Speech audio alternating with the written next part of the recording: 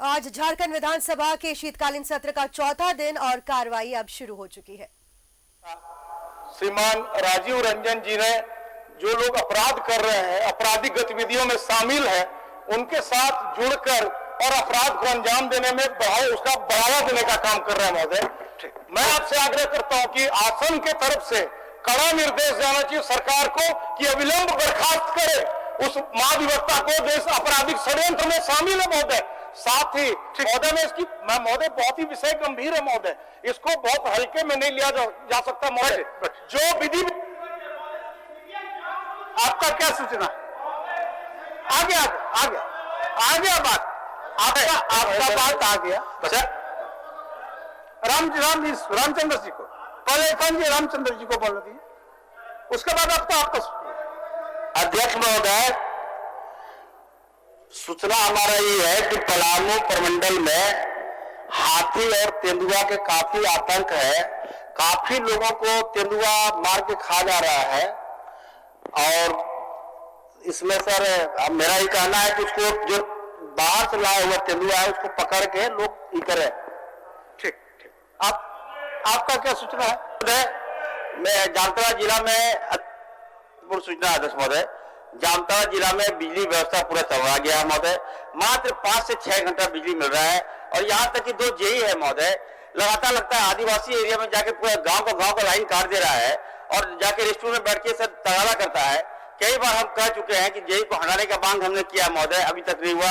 आपके माध्यम से महोदय मैं चाहता हूँ कि जामताड़ा का जो बिजली व्यवस्था है महोदय उसको ठीक कर दिया जाए महोदय, बहुत स्थिति खराब है महोदय। 1 मिनट ओझा जी देखिए, माननीय सदस्य आप आसन को थोड़ा सा बकस दीजिए। इतना सूचना होने से हम प्रश्नकाल कैसे चलाएंगे? तो सूचना काल हो जाएगा। एक नया काल का आविष्कार करना पड़ेगा, सूचना काल का। बैठिए। अध्यक्ष महोदय, सरकार को ये बताना चाहते हैं महोदय कि मेरे विधानसभा क्षेत्र राजमहल प्रखंड के बाबूपुर पंचायत में महोदय पिछड़ी जाति के लोगों को जबरन और लोभ लालच देकर के धर्मांतरण कराया जा रहा महोदय। बाबूपुर पंचायत के बाबूपुर गांव में प्रश्नकाल और रामदास सरन जी इसके बाद आपको दे रहा है, इसके बाद दे रहा है गोविंद बाबू, इसके बाद दे रहा है रामदास जी। अध्यक्ष महोदय, ले लेंगे सूचना, ले लेंगे सूचना आपका ले लेंगे, आपका सूचना ले लेंगे। आप अस्थिर से बैठे। रामदास जी पूछिए। अध्यक्ष महोदय, हमारा यह प्रश्न है कि पूर्वी सिंहभूम जिला के घाटशिला स्थित अनुसूचित जनजातीय बालक आवासीय उच्च विद्यालय ऊपर पौड़ा घाटशिला सरकार द्वारा अवस्थित है। वर्णित विद्यालय में छात्रावास की काफी लंबी अवधि से छात्रों को मूल सुविधाएं जैसे बेड, गद्दी, स्टडी टेबल आदि कुर्सी सहित अन्य जरूरतमंद सामान नहीं होने से के कारण उक्त विद्यालय के छात्रों को काफी कठिनाई हो रही है। बैठे जी। माननीय मंत्री जी, एक मिनट नवीन बाबू, आपको ले रहा है, हम ले रहे हैं आपका ले रहे हैं महोदय। माननीय मंत्री जी, माननीय सदस्य जो बात उठाया सही है और महोदय जैसे सत्र समाप्त हो गए उसी तरह इसका सारा व्यवस्था अतिरिक्त जो व्यवस्था है उसको दिया जाएगा महोदय। माननीय सदस्य, सत्र जैसे समाप्त होगा वैसे जल्दी से जल्दी सारा सुविधा प्रस्ताव आ चुका है और जल्दी से जल्दी सारा चीज उपलब्ध किया जाएगा। आप संतुष्ट हो गए? गोविंद बाबू, आपका क्या सूचना है? देखिए, आपको सत्र समाप्त होने के बाद आपका काम हो जाएगा, आपको संतुष्ट हो जाना चाहिए। संतुष्ट विभाग को प्रस्ताव आ चुका। हमारा ये है कि सत्र समाप्त होने के कितने दिनों के बाद, एक सत्र 15 दिन, 1 महीना, माननीय मंत्री जी, 1 महीना कंबल और बेड की मामला है महोदय। कंबल और बेड की मामला से सिकुड़ रहे हैं। बोल दीजिए। जल्दी किया जाएगा क्योंकि प्रस्ताव बन चुका है। जैसे समाप्त हो जाए बहुत जल्दी हम लोग कर बात बोलिए।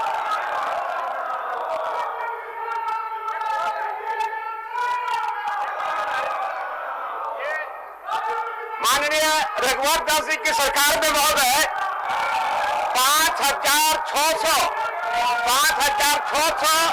जो दूर देहात में स्कूल था महोदय, उसको मर्ज कर दिया गया है।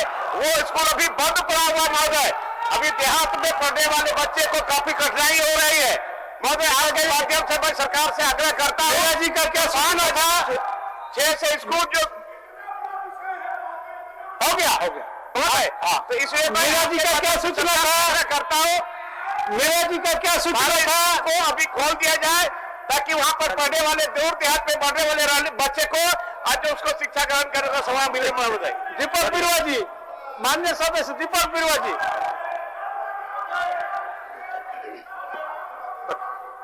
मान्य सदस्य महोदय। ठीक, भानु जी आसन पर जाइए। आप अच्छे माननीय सदस्य हैं, आप चलिए।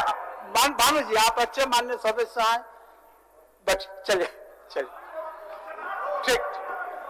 दीपक बिरुआ जी आप पूछिए। अध्यक्ष महोदय, ये प्रश्न अनुसूचित जनजाति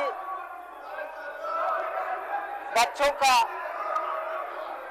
है अध्यक्ष महोदय। चूंकि झारखंड में 14 जिला आदिवासी जिला है और यहाँ के बच्चे जो पढ़ते हैं एकलव्य मॉडल में आश्रम विद्यालय में, उन लोगों का सवाल है अध्यक्ष महोदय।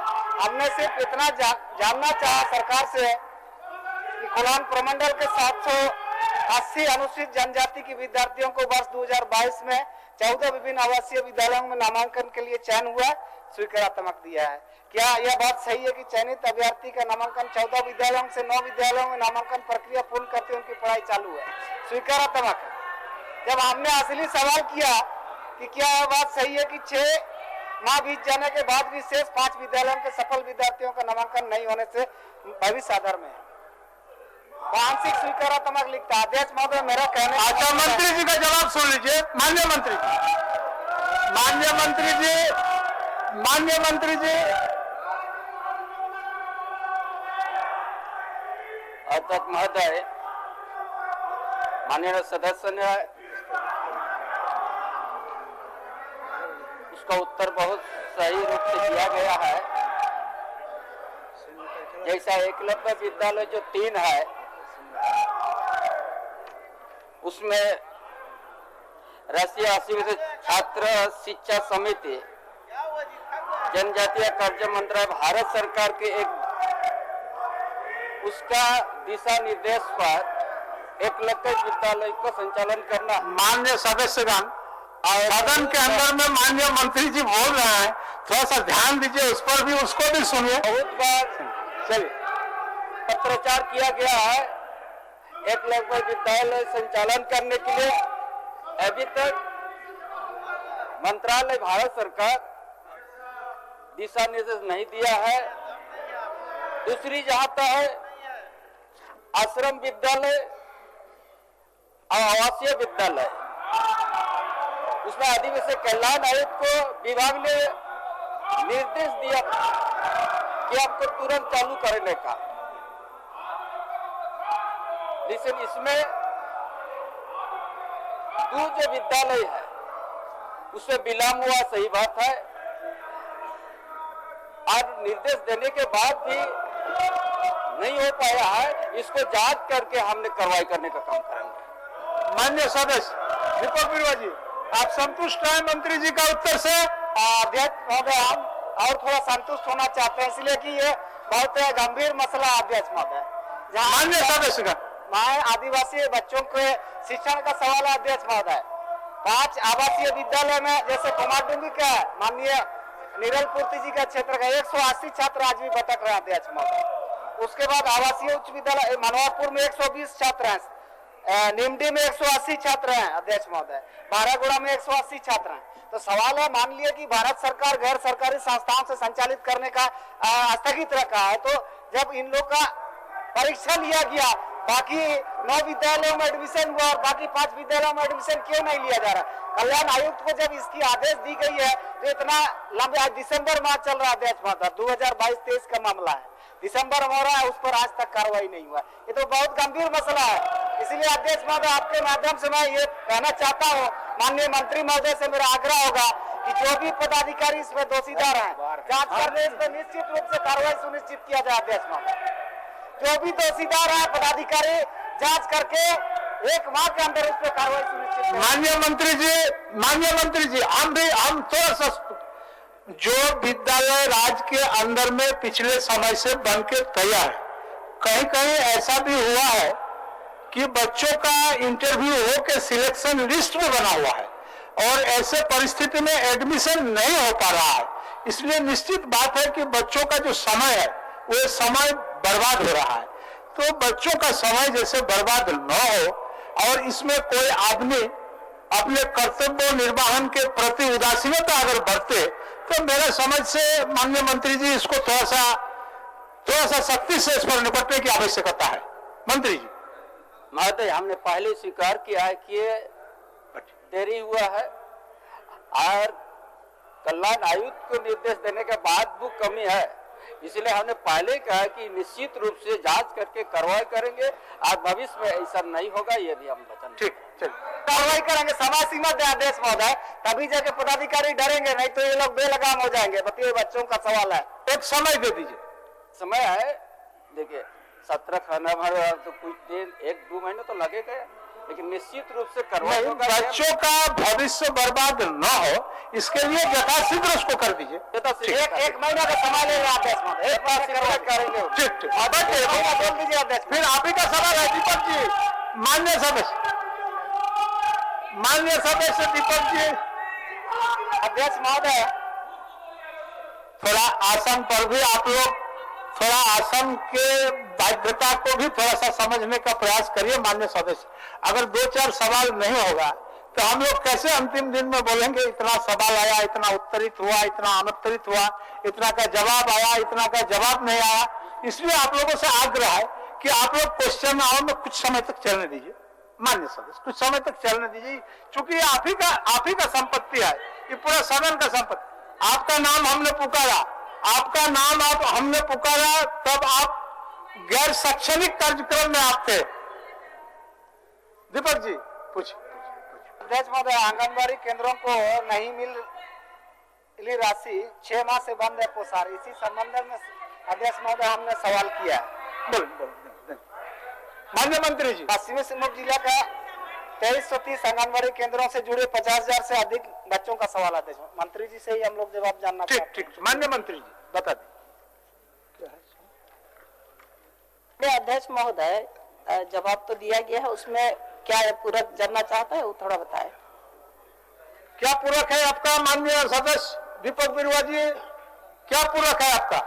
हमने यही पूरक पूछा है अध्यक्ष महोदय कि आंगनबाड़ी सेविकाओं को केंद्र का संचालन करने में काफी दिक्कत का सामना करना पड़ रहा है, लोग बाहर से सामान लेकर के बच्चों को आपूर्ति किया। तो मेरा कहना है कि आपूर्ति किस कारण से बंद हुआ ये सुनिश्चित हो जाना चाहिए, कहीं गड़बड़ी है तो उस पर कार्रवाई, चूंकि छोटे बच्चों का सवाल है, देश की भविष्य बच्चों से जुड़ा हुआ मामला है और सारे लोग जानते हैं कि जो गरीब बच्चे हैं पोषाहार के लिए और सीखने के लिए जो है आंगनबाड़ी केंद्र जाते हैं, बहुत सारी मामला है, इसीलिए इसमें चूक हुई है, पश्चिमी सिंहभूम का मामला है, तो इस पर भी कार्रवाई सुनिश्चित हो। माननीय मंत्री जी। अध्यक्ष महोदय, ये चूक की बात है, ये सिर्फ चौरसा जिला की बात नहीं है, पूरा राज्य का।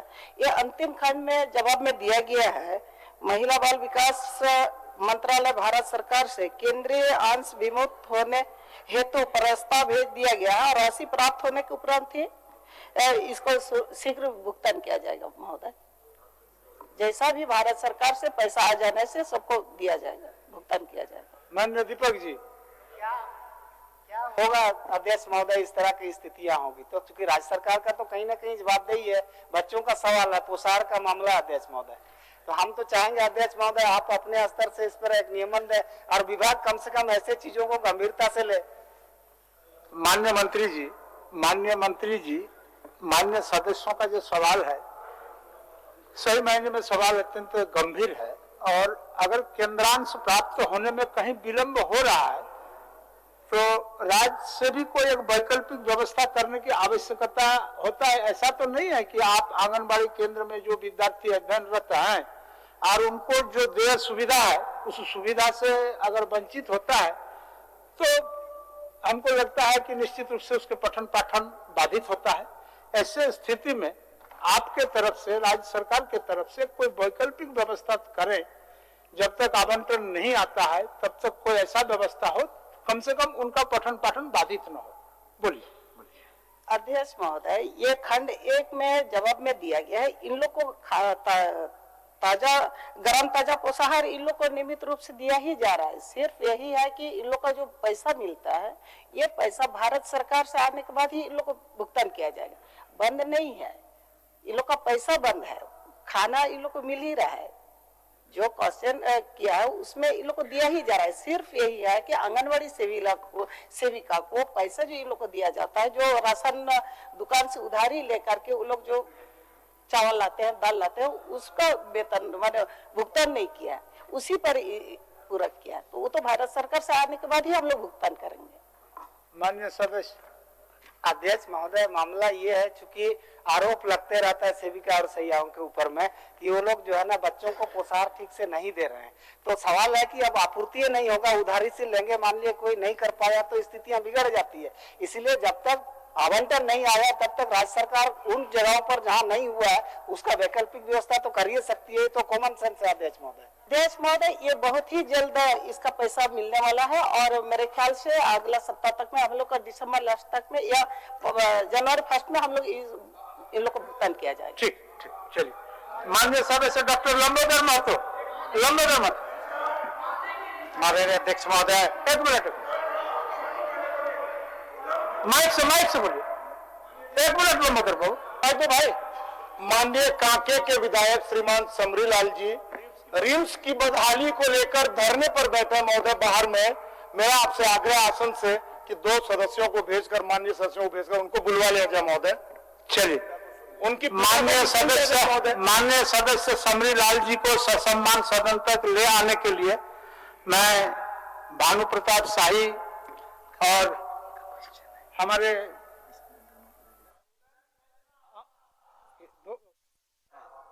दो आदमी है,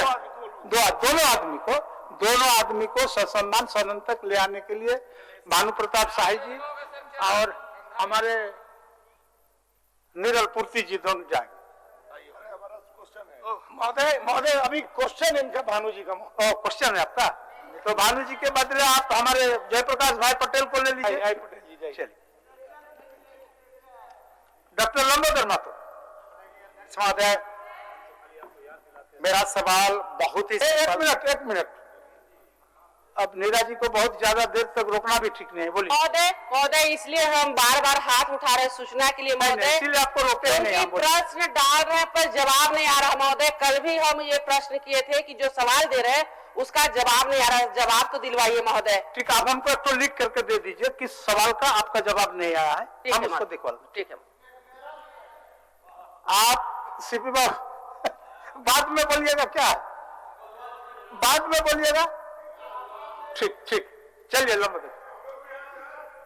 माननीय अध्यक्ष महोदय, मेरा सवाल बहुत ही सीधा लेकिन जनहित में था कि पूरे राज्य के जितने भी जन वितरण प्रणाली के दुकानदार हैं उनका विगत 16 महीने से जो कमीशन का राशि मिलता है वो नहीं मिल रहा है।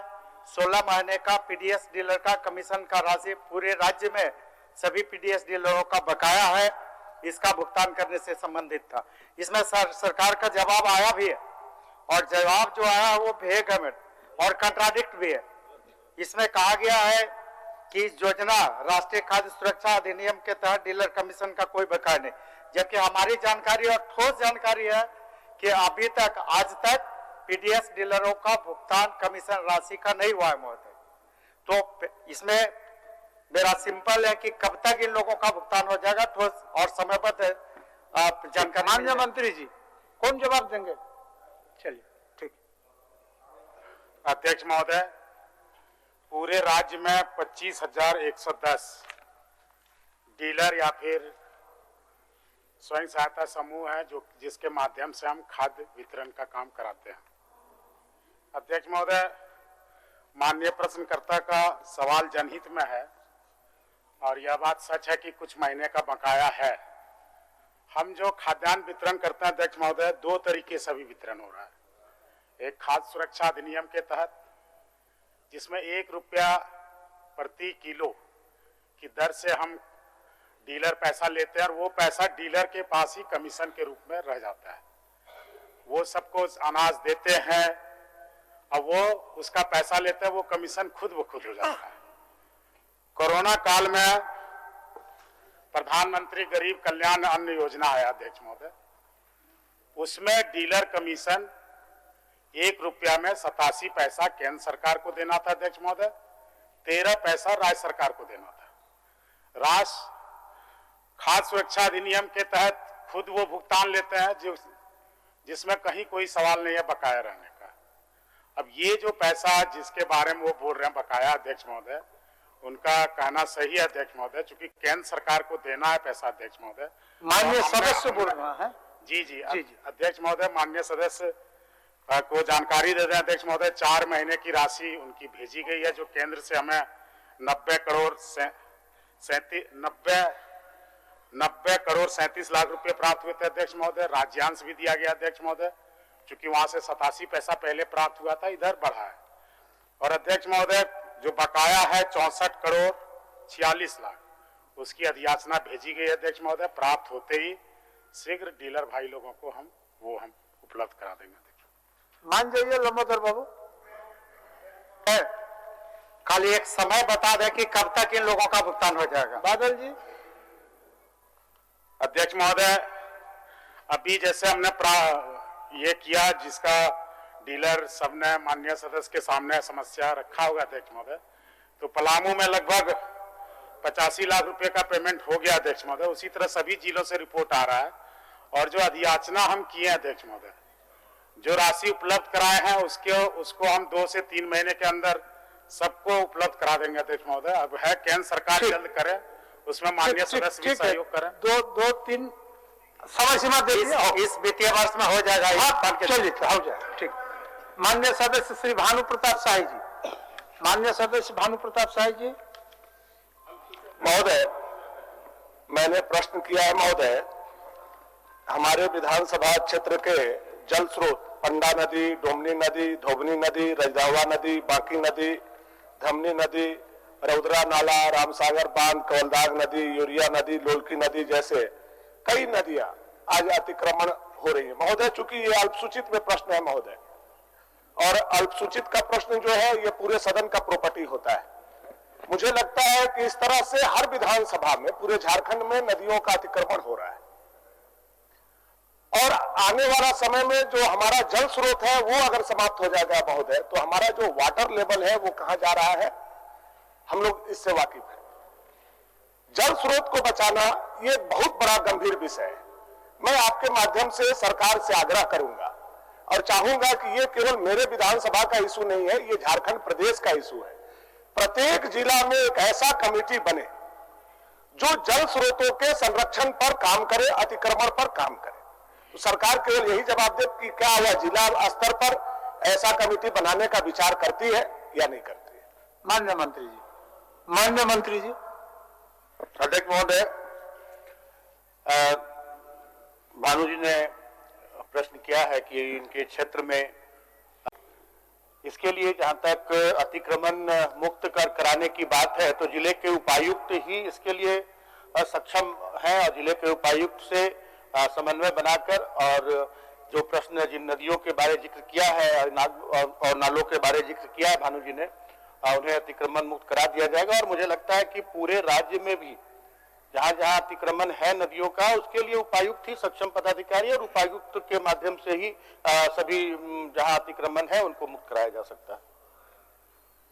ठीक है भानु जी, और कुछ पूछना है महोदय? इसका ये कितना संवेदनशील विषय है, आप भी समझ रहे हैं, माननीय मंत्री जी भी समझ रहे हैं, सरकार भी और सभी सदस्य भी समझ रहे हैं, अधिकारी दीर्घा में बैठे हुए लोग भी समझ रहे हैं महोदय। ये विषय ऐसा नहीं है, उपायुक्त 108 कमेटी का चेयरमैन होता है, पूरे जिले को देखना होता है। वैसी परिस्थिति में क्या वो सब नदी नाला को जाकर के अतिक्रमण मुक्त करा सकता है महोदय? आप रांची के ही विषय को उठा लीजिए या किसी एक जिला के विषय को, महोदय यह संभव नहीं है। मैं चाहता हूं कि सरकार के द्वारा ऐसा नीति बने, ऐसा निर्देश जाए, ऐसी अधिसूचना या संकल्प जाए कि प्रत्येक जिला में जल स्रोत का संरक्षण हो। मैं बस यही चाह रहा हूं, और ये सबके लिए है महोदय, हमारे भविष्य के लिए है ये। तो इस पर तो सरकार को गंभीर होना चाहिए और बताना चाहिए कि हाँ, हम कमेटी बना देंगे सारे जिला में, एक IAS ऑफिसर के देखरेख में कमेटी बन जाए प्रदेश स्तर पर, और फिर जिला स्तर में एक उपायुक्त के देखरेख में कमेटी बन जाए। इसमें सरकार को स्वीकार करने में क्या दिक्कत है महोदय? ये सबके विषय का, आने वाले भविष्य के विषय का सवाल है महोदय। माननीय मंत्री जी, मैंने इसी बात को कहा था महोदय कि उपायुक्त सक्षम अधिकारी होते हैं और उपायुक्त कोई एक सिंगल व्यक्ति नहीं होता है। उपायुक्त के अधीन सारे विभाग होते हैं जिले के, उसमें अनुमंडल पदाधिकारी भी होते हैं, प्रखंड विकास पदाधिकारी भी होते हैं, अंचल अधिकारी भी होते हैं, नगर परिषद के कार्यपालक पदाधिकारी भी होते हैं। तो ये सारे उपायुक्त जाकर अतिक्रमण मुक्त कराएंगे ऐसी बात नहीं है। उपायुक्त निर्देशित करेंगे और संबंधित जो पदाधिकारी है, जहां प्रखंड के CO BDO, जहां ग्रामीण क्षेत्र की नदियां हैं, नाले हैं, वहां CO BDO और अनुमंडल पदाधिकारी की जिम्मेदारी होगी, और जहां शहरी क्षेत्र है वहां नगर परिषद के जो कार्यपालक पदाधिकारी हैं या CEO है, उनके द्वारा अतिक्रमण मुक्त कराया जाएगा। यह मैं आश्वस्त करता हूं कि ये कमेटी वहां पर जिले के स्तर पर गढ़वा के उपायुक्त से समन्वय बनाकर और हम लोग इस पर निश्चित रूप से कार्रवाई करवाएंगे। अगर ऐसा होता महोदय तो ये प्रश्न है क्यों आता महोदय? पदाधिकारी तो है, हर जगह पदाधिकारी है, हर जगह नोडल एजेंसियां हैं। अगर आप जी आप विशेष समिति का बात कर रहे हैं, बिल्कुल हम चाहते हैं कि इस विषय के लिए पूरे जिला में और प्रदेश स्तर पर एक ऐसा कमेटी बने। मंत्री महोदय को सारा मुख्यमंत्री का जितना विभाग है महोदय, वो ये माननीय मंत्री जी जवाब देते हैं, और मुख्यमंत्री जी ने इनको कह दिया है किसी का जवाब स्पष्ट नहीं देना है, आपको घुमाते रहना है, जलेबी की तरह घुमाते रहना है, घुमाते रहना। अरे भाई, ये विषय पक्ष विपक्ष का नहीं है, ये हमारे भविष्य का विषय है, आने वाली पीढ़ी दर पीढ़ी के लिए। हम लोग ऐसा कर सकते हैं कि नहीं कर सकते? इतना बड़ा गंभीर विषय आ रहा है, इसको आप इस वजह से देख रहे हैं कि भानु जी ने लाया है। भानु जी की जगह पर कल दूसरा कोई आएगा, वो लाएगा महोदय। आपके जगह पर दूसरी सरकार है, वो सुनेगी महोदय। माननीय मंत्री, आप बना दीजिए इसको एक कमेटी। अध्यक्ष महोदय, आप आपके देखरेख से ही बना दीजिए। अध्यक्ष महोदय, भानु जी के प्रश्न का जवाब बहुत ही स्पष्ट रूप से दिया गया है और बहुत ही कहा जाए तो बहुत ही पारदर्शी रूप से दिया गया है। अब ये घुमाना चाह रहे हैं बातों को, तो इसकी अलग बात है। और कल को इनके क्षेत्र में ही अगर अतिक्रमण के लिए, अतिक्रमण मुक्त कराने के लिए पदाधिकारी जाते हैं तो सबसे पहला पैरवी इन्हीं का आएगा कि आप छोड़ दीजिए, अभी रहने दीजिए, क्योंकि ग्रामीण आएंगे इनके पास। ये काम पूरे राज्य में स्थिति है और उपायुक्त ही सक्षम पदाधिकारी होते हैं। इसके लिए उपायुक्त के निर्देश पर ही अतिक्रमण मुक्त कराया जाता है, चाहे किसी तरह का नदियों का अतिक्रमण हो, सड़कों का अतिक्रमण हो या कोई किसी भी तरह का अतिक्रमण हो, उपायुक्त महोदय उपायुक्त के निर्देश पर ही होता है और उसके लिए सक्षम पदाधिकारी जाते हैं और अतिक्रमण मुक्त कराते हैं। ऐसा निरंतर होता रहा है और हो रहा है। अभी भी हमारे गढ़वा में सरस्वती नदी है, उसका अतिक्रमण हटाया गया है, वो अतिक्रमण मुक्त हुआ है। वहां सरस्वती नदी में बहुत सारा अतिक्रमण हटाया गया। तो ये तो जो सक्षम जो अधिकारी है, जिनको जो वहां काम है, उसके लिए अलग से कौन सी कमेटी बननी चाहिए? ये तो बड़ा अच्छा, एक बार देख लीजिए भानु जी, एक बार देख लीजिए कौन सी कमेटी बननी चाहिए, कुछ दिन देख लीजिए, समझ से परे। क्या बोलना चाहता है? विषय भानु प्रताप शाही जी ने आदरणीय ने उठाया महोदय, ये इनका इंडिविजुअल नहीं है महोदय। नहीं, वो तो इंडिविजुअल माल भी ले रहा है महोदय। नहीं, आप कंफ्यूज कहां से हुए? इंडिविजुअल तो अगर एक बार नियमन हो गया, आपने नियमन दिया कि आप इसको अपने स्तर से कमेटी बना लीजिए, आपको भी नहीं है,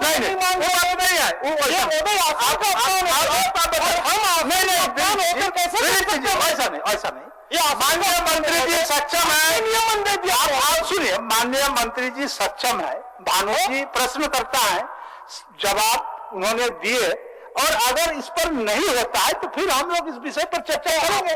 विषय ये नहीं है, विषय कि आपने नियमन दिया है, ठीक है, अध्यक्ष आसन ने नियमन दिया और उसको भी सरकार नहीं मान। हमारा आपको बता दें, उनका मंत्री जी का साफ कहना है कि जब जिला में इन तमाम विषयों को देखने के लिए हमारा अधिकारी अधिकृत है, उनके अधीन में कई पदाधिकारी हैं, तो हम लोग कुछ दिन तक देख सकते हैं, ऐसा नहीं। फिर अगर नहीं होता है तो फिर सवाल आएगा। हाँ छोड़िए, भानु जी को बोल, भानु जी को बोल, मंत्रियों को ट्रेनिंग दिलवा दीजिए। भानु जी को बोल, कहते हैं तो बात मानिए। अच्छा बोलिए भानु जी। महोदय, आपने बड़े ही स्पष्ट रूप से माननीय मंत्री जी को निर्देशित करने का काम किया कि आप अपने देखरेख में, क्या प्रदेश में ऐसा हो सकता है, आपने एक तरह से नियमन दे दिया, आपने विषय को कह दिया, उनको स्वीकार करना चाहिए। हाँ अध्यक्ष महोदय, हम दिखवा लेते हैं तो इस पर इतना बड़ा नहीं, स्वीकार कर लिया है, स्वीकार कर लिया है, लेकिन संसदीय कार्य मंत्री जी भी देख लें, माननीय मुख्यमंत्री जी भी देख लें। मैं चाहता हूं कि प्रदेश के जल स्रोत का संरक्षण हो महोदय, इसलिए मैंने इस विषय को लाया था। ये किसी एक इंडिविजुअल विषय नहीं है। ठीक, चलिए। तारांकित प्रश्न डॉक्टर इरफान अंसारी। अध्यक्ष महोदय, मेरा प्रश्न है महोदय। इरफान साहब का सवाल आपका लेंगे। इरफान साहब का सवाल में आप लोग व्यवधान उत्पन्न ना करें, सुनिए, बोलिए बोलिए बोलिए। अध्यक्ष महोदय, रुकिए ना दादा, आप रुकिए। लेता है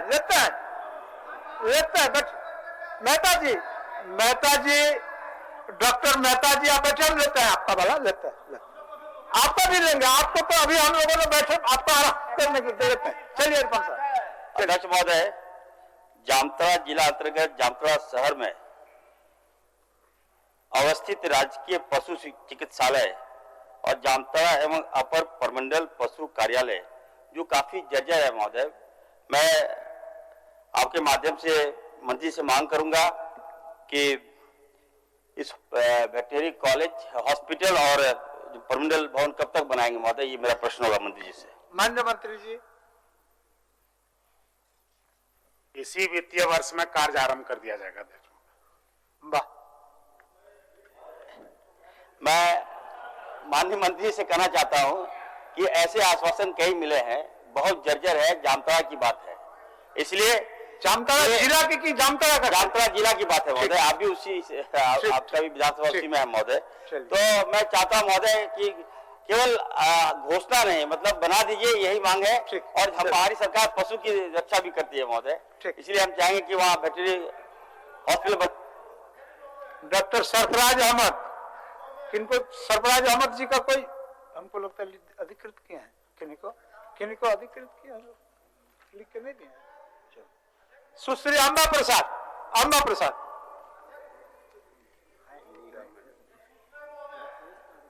अध्यक्ष महोदय, जवाब स्वीकार। एक मिनट अम्बा जी, एक मिनट। ठीक, चलिए पूछिए।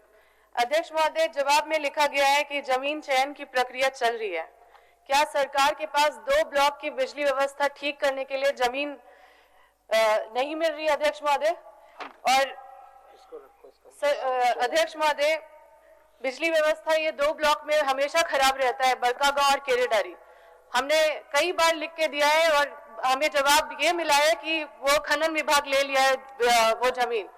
तो ये चयन भी हुआ था ये जमीन की नहीं अध्यक्ष महोदय, और ऊपर से बेहतर विद्युत व्यवस्था के लिए 220/33 केवी ग्रिड का सब स्टेशन की जरूरत है, जबकि विभाग द्वारा 123/33 का कार्यादेश दिया गया है। तो इसमें परिवर्तन कराया जाए अध्यक्ष महोदय और समय सीमा निर्धारित किया जाए। और ये अध्यक्ष महोदय, ये बहुत ही विचित्र सा बात है कि जमीन नहीं मिल रहा है।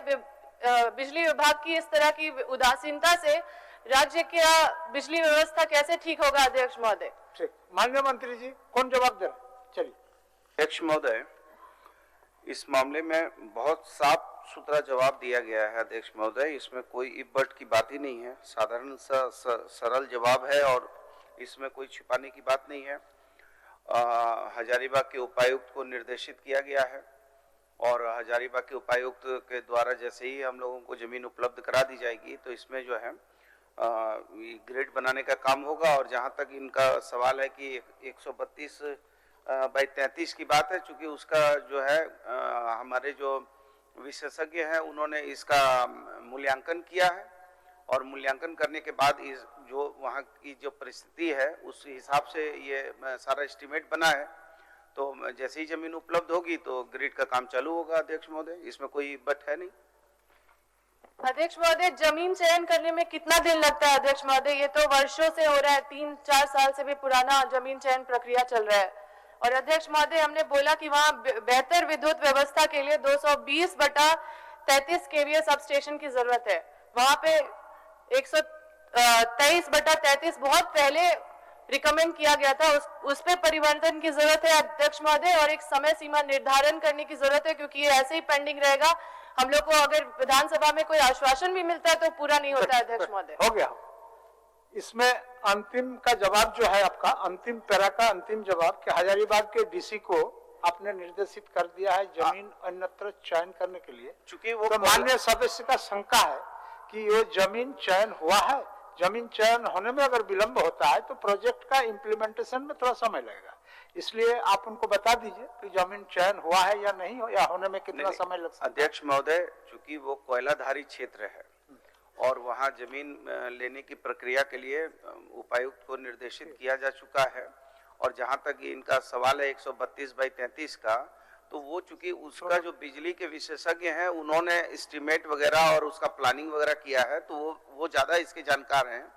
तो मैं समझता हूँ कि यदि इनको उसमें कोई शंका है तो यदि ये चाहती है तो हमारे अधिकारियों के साथ एक बार बैठ के डिबेट कर लें, इनको उसकी शंका को हम लोग कर लेंगे। मान्य सदस्य बिजली विभाग से ये सलाह लिया है। अम्बा जी, उसमें प्रश्न यह है कि कहीं को आपको अगर इस विषय पर शंका बुझा रहा है तो मंत्री जी तो कह दिए, मंत्री सुनिए एक मिनट, मंत्री जी कह दिए कि विभाग के अधिकारी के साथ, सक्षम अधिकारी के साथ बैठ के वार्ता कर लीजिए, उसके बाद जो भी फलाफल होगा आप माननीय मंत्री जी के समक्ष उस बातों को रखेंगे क्या?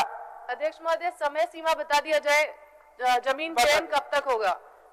पूरा कोयला क्षेत्र नहीं है अध्यक्ष महोदय, पूरा क्षेत्र में और भी काम होता है, सिर्फ कोयला नहीं निकलता है। बिजली व्यवस्था तो ठीक करना है ना अध्यक्ष महोदय। अध्यक्ष महोदय, हम लोग शीघ्र जो है, हम हमारी छोटी बहन की बात से सहमत है, वहाँ की समस्याएं हैं और एनटीपीसी को वहाँ हम लोग यदि दे देंगे जगह तो वहाँ की व्यवस्था सुधरेगी, इससे हम सहमत हैं और इसी के लिए कार्यादेश भी जारी हो चुका है। हम लोग शीघ्र इस पर जो है काम करना चाहती है सरकार। चलिए सीमा अध्यक्ष महोदय, बहुत दिन से पेंडिंग है, साल बोले तो शीघ्र ही कर देंगे, तो थोड़ा दिन इंतजार कर लीजिए। ठीक बैठिए। अम्बा जी, श्रीमती दीपिका पांडे सिंह, शीघ्र बोले तो थोड़ा सा दिन विलंब कर लीजिए, 2 दिन 5 दिन 10 दिन। चलते सत्र में वार्ता करा देंगे तो ठीक रहेगा। आप आसन से बोलिए। अध्यक्ष जी, क्या आप लोगों का आदत, आप काहे पेड़ पर आ गए? आपका तो सुनिए रहा है, आप ऐसा नहीं होता है माननीय सदस्य, आप जब बोलिएगा तब आसन को सुनना पड़ेगा, ऐसा नहीं होता है। और माननीय सदस्य सबका सुनना पड़ेगा। बोलिए चलिए, आसन पर जाके चलिए, ऐसा थोड़ा है, सबका तो सुनिए रहा है, बड़ा मुश्किल है। बोलिए क्या बोलना चाहता है? अब आप सब आपके जैसा आना शुरू करेगा और आसन को सबको सुनना पड़ेगा, नहीं सुनेंगे तो तुरंत बेल पर आएगा। महोदय, आपको समझना चाहिए, बहुत तकलीफ व्यक्ति है, तकलीफ होने के बाद बताइए ना क्या है? महोदय 3 साल हो गए महोदय, 3 साल में न तो एक ध्यान आकर्षण हमारा लिया गया महोदय, और न तो सूचना पर बोलने का मौका दिया गया महोदय। अच्छा, इसके साथ अभी अल्पसूचित प्रश्न मेरा 5 नंबर में था और बड़ा गंभीर प्रश्न महोदय, उसको भी स्किप कर दिया गया महोदय।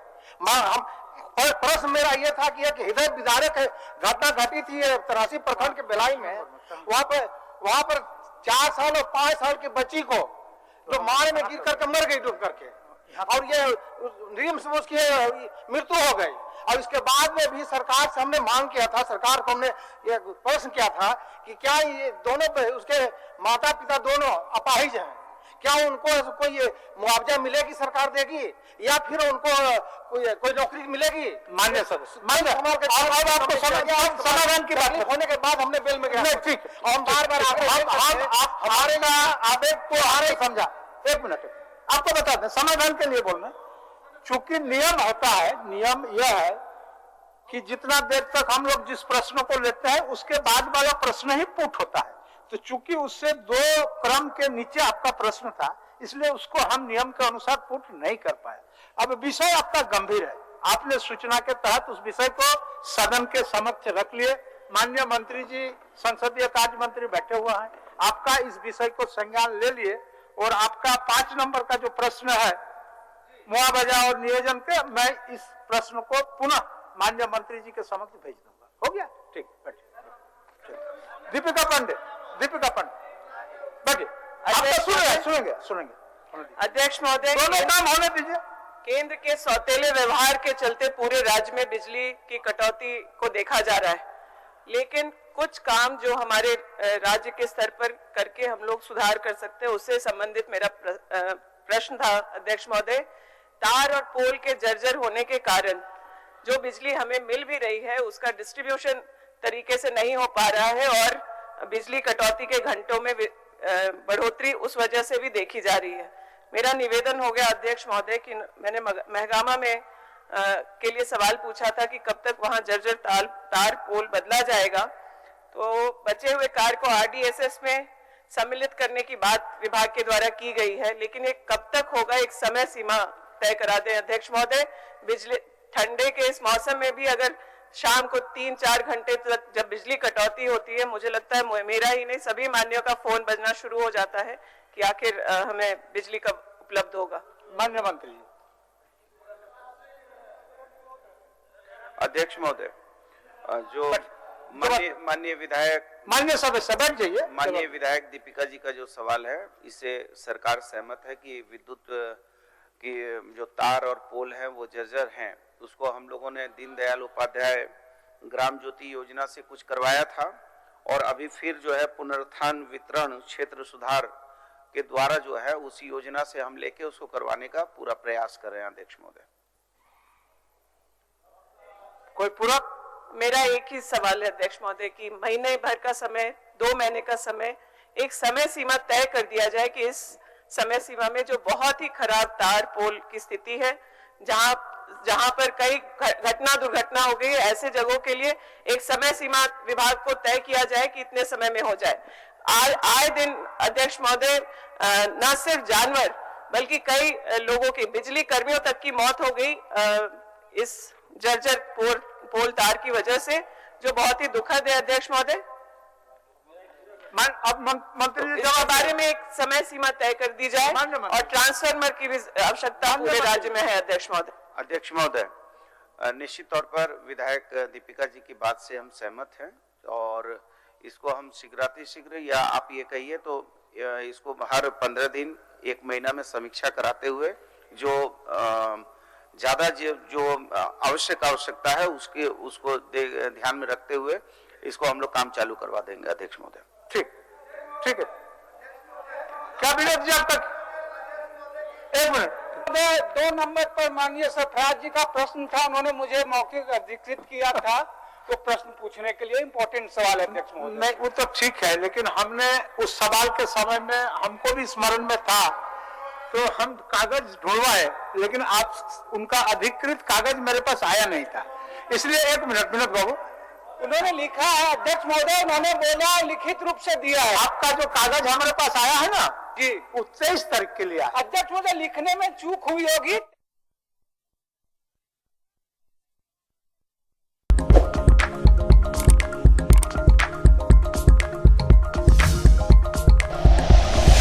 Like and share videos, subscribe करें हमारा चैनल और प्रेस करें बेल आइकॉन।